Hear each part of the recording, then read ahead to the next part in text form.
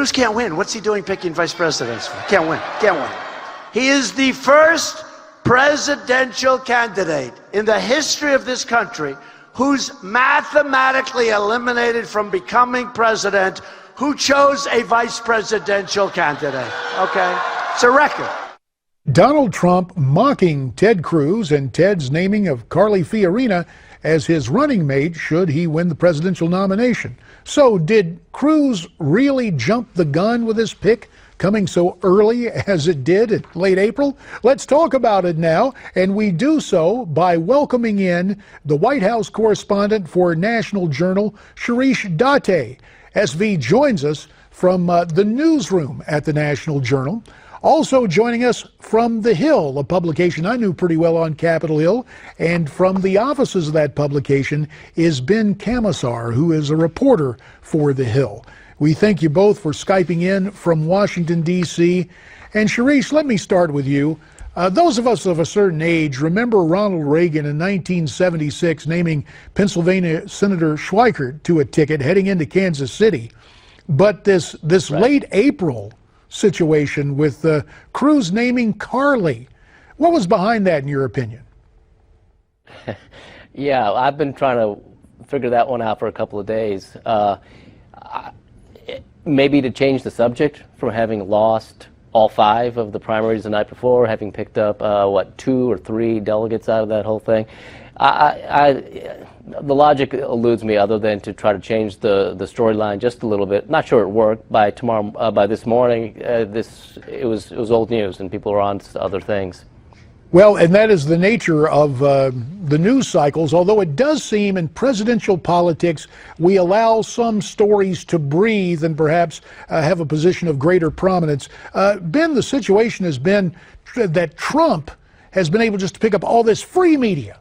Whatever he does seems to draw a spectacle.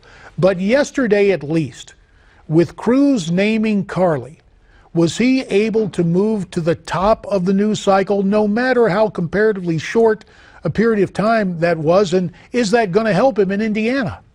Yeah, well, Cruz's back is against the wall here, and you take a look at how that progression played out yesterday. Was Cruz teases this major announcement, so then you cover the major announcement, and then there's a discussion about what could the major announcement be. So the news, TV news is back and forth trying to figure that out, and then it leaks a couple hours earlier, so then there's more stories there, and then now we get to watch the event at 4 when he names Fiorina. So certainly there was a slow-moving pace here that was meant to sort of suck out the oxygen of the room and maybe take some of that media.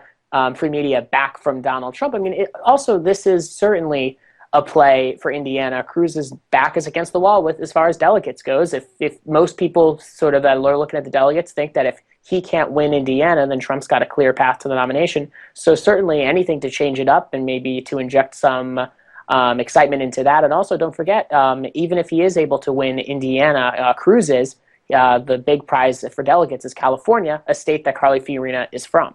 Yeah, and so it's kind of a twofer, try to build excitement for the campaign and then look ahead to California. Let's look back briefly with a story that moved rapidly up the news cycle today, and that is former Speaker John Boehner with some pretty rough stuff to say about Ted Cruz. John was out at Stanford last night calling Senator Cruz, quote, Lucifer in the flesh, and using another term with the initials SOB that he didn't intend as sweet old boy.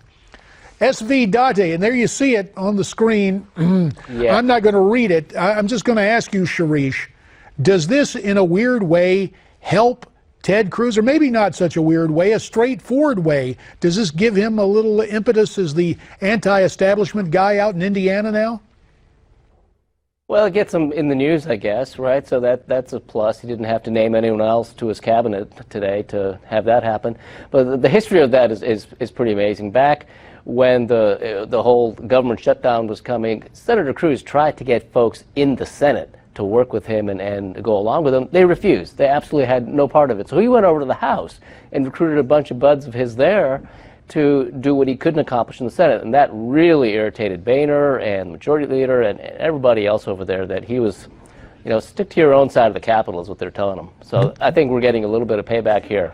Boy, had history been different back in 2010, you guys would have had plenty to write about the way I would have disrupted the Senate, but we're on this side. That's yesterday. Let me ask you, Ben, about this thing and what is percolating out in Indiana. Yeah, it's true that Bobby Knight signed on with Trump. He's campaigning with him, and I know that's a big deal in Indiana, and yet the Cruz people are treating this Boehner eruption.